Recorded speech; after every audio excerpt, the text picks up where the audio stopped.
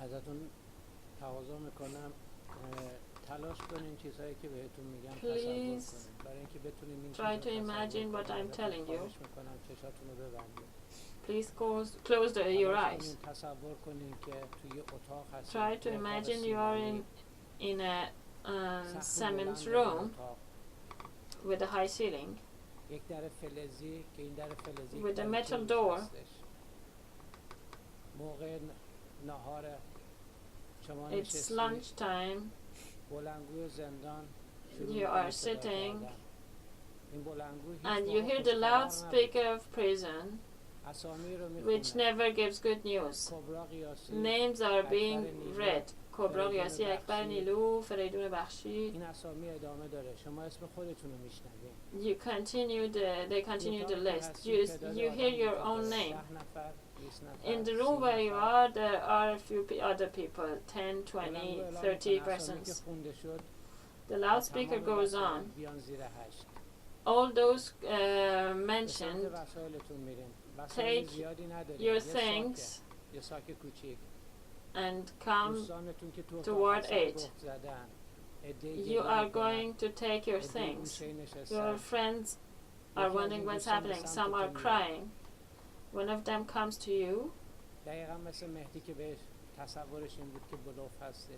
Exactly like Mehdi, who is imagining this is a bluff. He tells you maybe they want to send you, transfer you to another prison. Maybe it's for interrogation. You go and take your bag. You start saying farewell to everyone. Imagine those who have been living with you in this room, you want to hug them for the last time. You think what last words you have to tell them to these people with whom you have lived for a while in the room. You take out a shirt or something else from your bag and give them as a souvenir.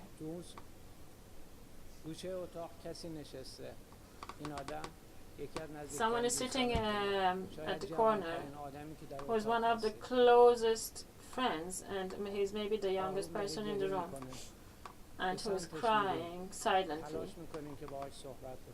You go to him, you try to speak to him. He asks you a question. You turn your head. You will come back. Will I see you again? You go to the door. You can hear the other doors. Every door that opens. You get closer to your farewell, to parting from your friends. In front of the door, there is always your closest friend, especially in detention conditions. That friend is waiting for you in front of the prison the cell door. You take him in your arms. You want to speak to him. You have many things to tell him. Is it possible to tell him all the things that are in your mind in this last minute, in this last second, in this last touch? You open your watch and give it to him as a souvenir and tell him a word. If you see my mother, give her my greetings. You get out of the room. There is a long line. They take your hand and put on the shoulder of the next person. You can feel that he's shorter than you. You can feel that this person is also thinner than you. This human train starts moving. It goes on, next cell, the next person. You cannot count how many. You can hear people crying.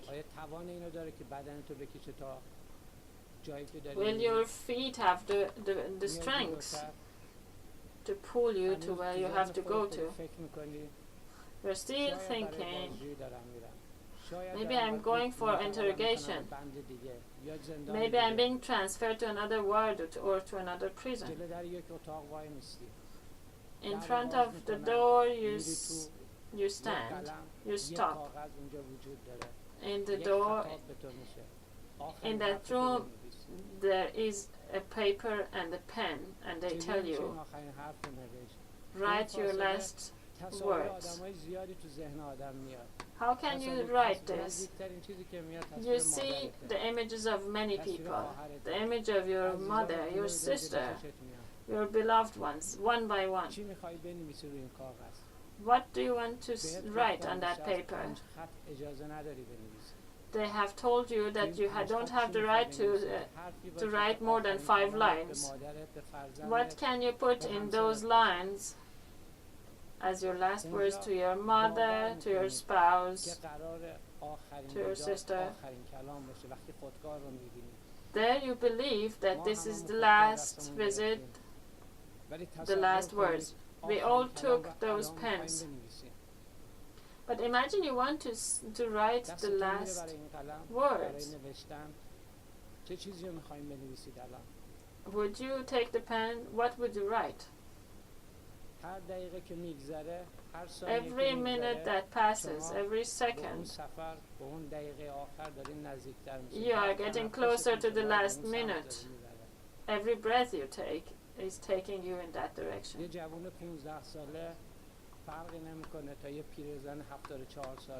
A 15 years old young man or woman, or an old woman of 70, they were all executed. What have they done?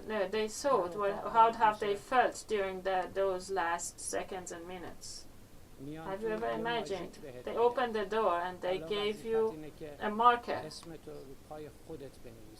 So now you have to write your name on your own foot,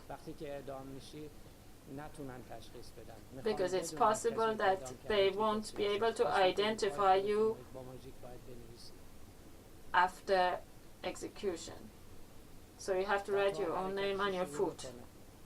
The human train starts again. We get out.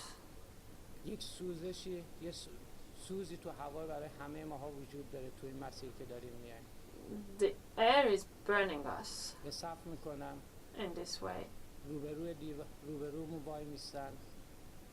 They put us in a row. They stand in front of us in these last seconds and minutes. Your eyes don't see anything. You want to cry and say something, but you don't know what to say. You're standing there, and you hear the gunshots. You feel a burning sensation in your body. The next bullet gets into your body. You're still breathing. You still want to live. Your body is still warm. You still have the last images of your memories in your mind. Think of that burning sensation in your body. Those who were executed, the last 30 seconds, how did they feel?